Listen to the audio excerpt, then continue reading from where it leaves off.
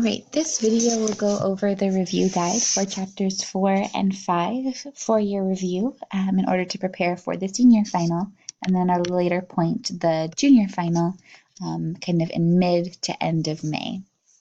So chapter 4 was all about quadratic function work. And so with quadratics, just like with recent exponential work, we start off working with the graphs and the different kinds of graphs that are available. So the first question asks you to identify the graph of 3 different quadratics. The first quadratic that we have is in what we call the standard form. So standard form is just ax squared plus bx plus c. The second form is the vertex form is down here. And then this one in between is the intercept form. So all of these quadratics are going to be easy to graph. You only need 3 points to plot a quadratic, but they all require slightly different approaches to put the graph together. So let's go ahead and plot them over on the left. For A, we have x squared plus 12x plus 1.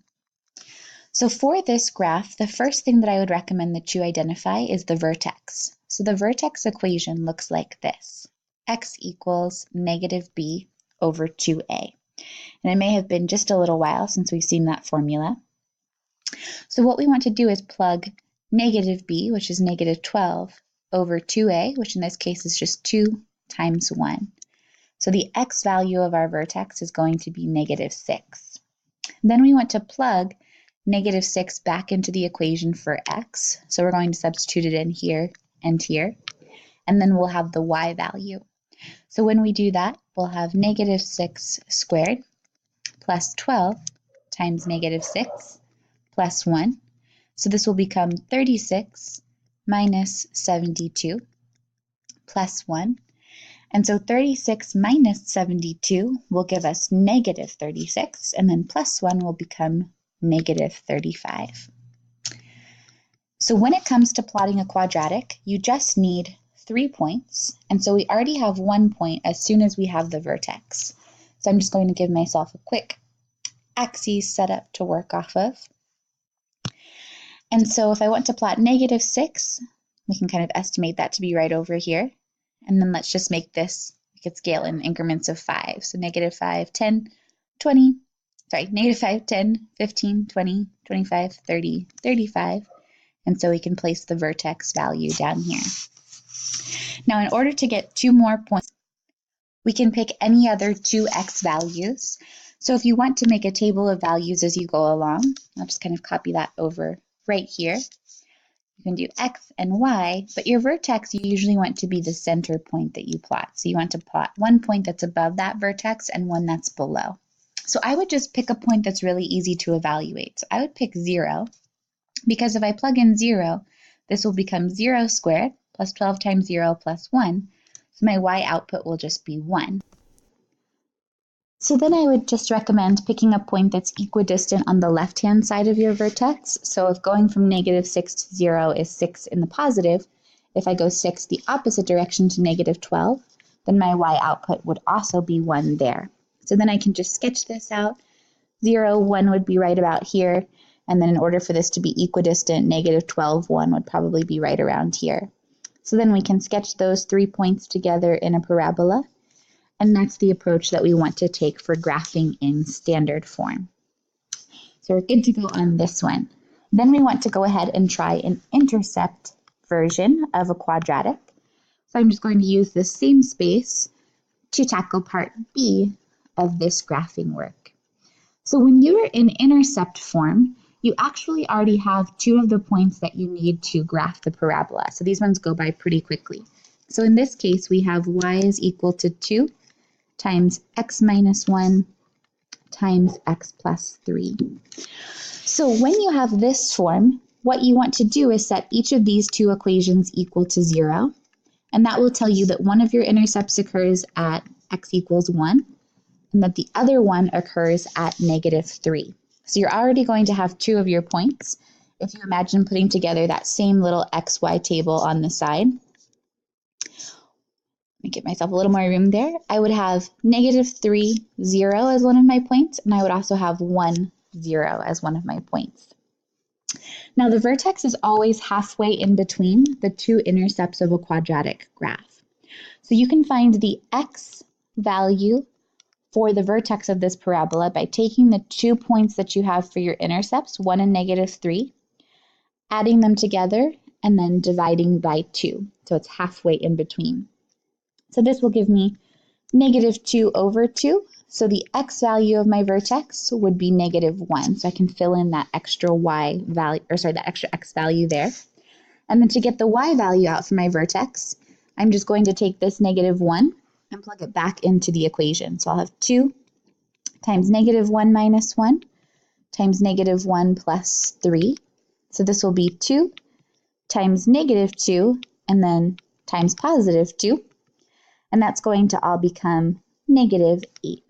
So my vertex value here will be -1, -8. And then I have all of the information that I need to graph the equation. So I can just sketch out a real quick graph, and I can plot these points to form my parabola. So I have -3, 1, 2, 3, 0, and we have 1, 0, but then our vertex is at -1. We can say -8 is right about here.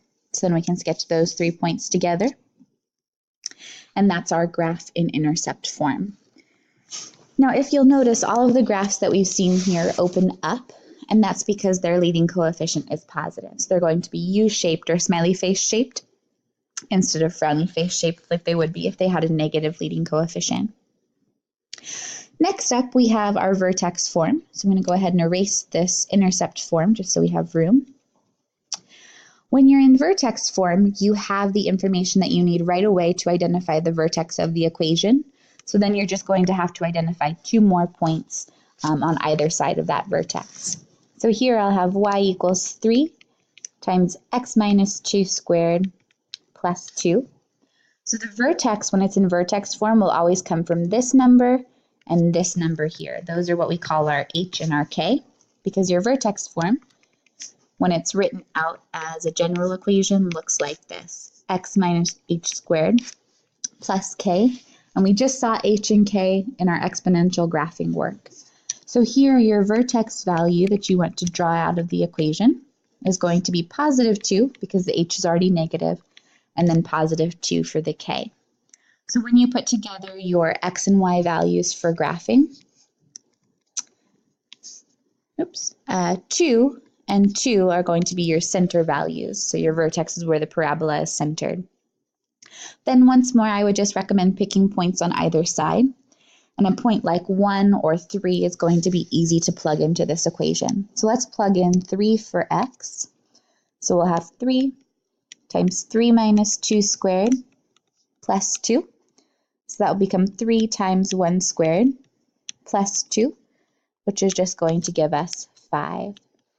Now, just like we saw before, spacing is equidistant about the vertex, so we will also have the point 1,5 because it's also 1 unit away from 2, just like 3 is. So then we can sketch out our graph here, and that will allow us to see what this parabola looks like in vertex form. So all of the forms for quadratics are pretty easy to work with. It just is a matter of recognizing where you're going to get your vertex value from, and then how else you can get 2 additional points for the graph.